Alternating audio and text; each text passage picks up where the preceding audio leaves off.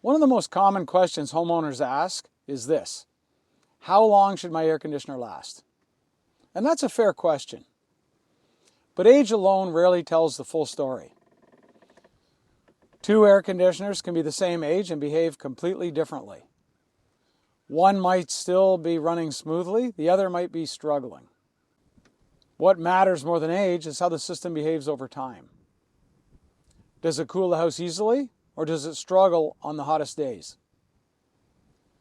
Does it run predictable cycles, or does it seem to run longer every year?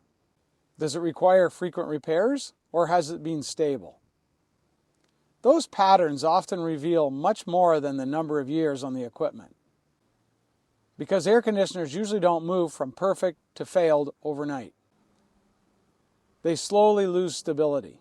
And recognizing that shift early gives homeowners something valuable: time. Time to understand what's happening.